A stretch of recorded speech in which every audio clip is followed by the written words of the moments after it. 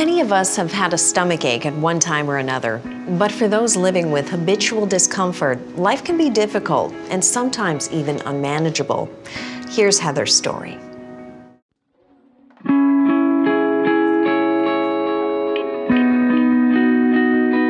Ulcerative colitis affects me on a day-to-day basis, basically from planning my days, from going to work to social events.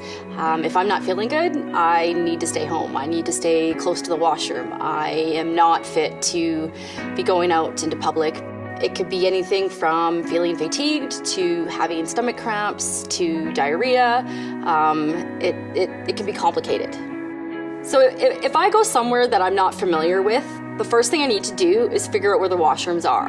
That is pertinent, and the reason why that is so important is because of the urgency to go to the washroom, the urgency for a bowel movement. I need to know where the washroom is, and I need to get there ASAP. Feeling bad because you cancel on friends. To me, that's one of the things that I find really hard, because sometimes I don't feel that it is really understood what it is like to have ulcerative colitis. Physically, on the outside, you could look fine, but inside, you're not doing fine. That sometimes controls you, and to me, it becomes taxing on my mental health. Ulcerative colitis is one of two key inflammatory bowel diseases, or IBD, and it affects the inner lining of the colon. And the consequence for the patients who have ulcerative colitis is that they could have bloody diarrhea, they could just bleed rectally, and they could have a debilitating effect on their lives. More than 100,000 Canadians have ulcerative colitis, and an additional 4,500 are diagnosed each year. The diagnosis can come as early as in the teens or as late as in your 40s. Ulcerative colitis is a lifelong chronic condition that can affect you physically, emotionally, and socially. Imagine if you can't tell the difference between passing gas and having a bowel movement. And imagine how that might play out during your day as you're going around shopping or going to school or working. And imagine if all you can think about is, where is the washroom, because I might have to use it.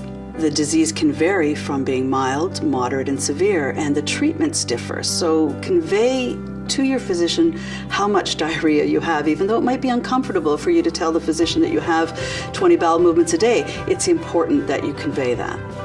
We know that Canada has some of the highest incidence and prevalence rates of IBD in the world. We think that there may be specific environmental factors that are responsible for this, but we also know that genetics and the way that the bacteria interact with our immune system are important things that we need to consider. We're very fortunate in Canada because Canada is amongst the leaders in research in both the areas of trying to find the cause and developing new treatments in this area. In the last decade, what's been fortunate is we've developed new drugs called biologic drugs.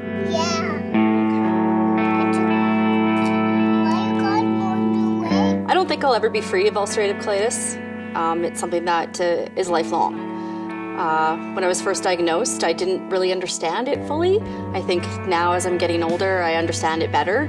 You know, for people that are newly diagnosed, it's not the end of the world. It can get better. You just got to hang in there and do your best and stay positive.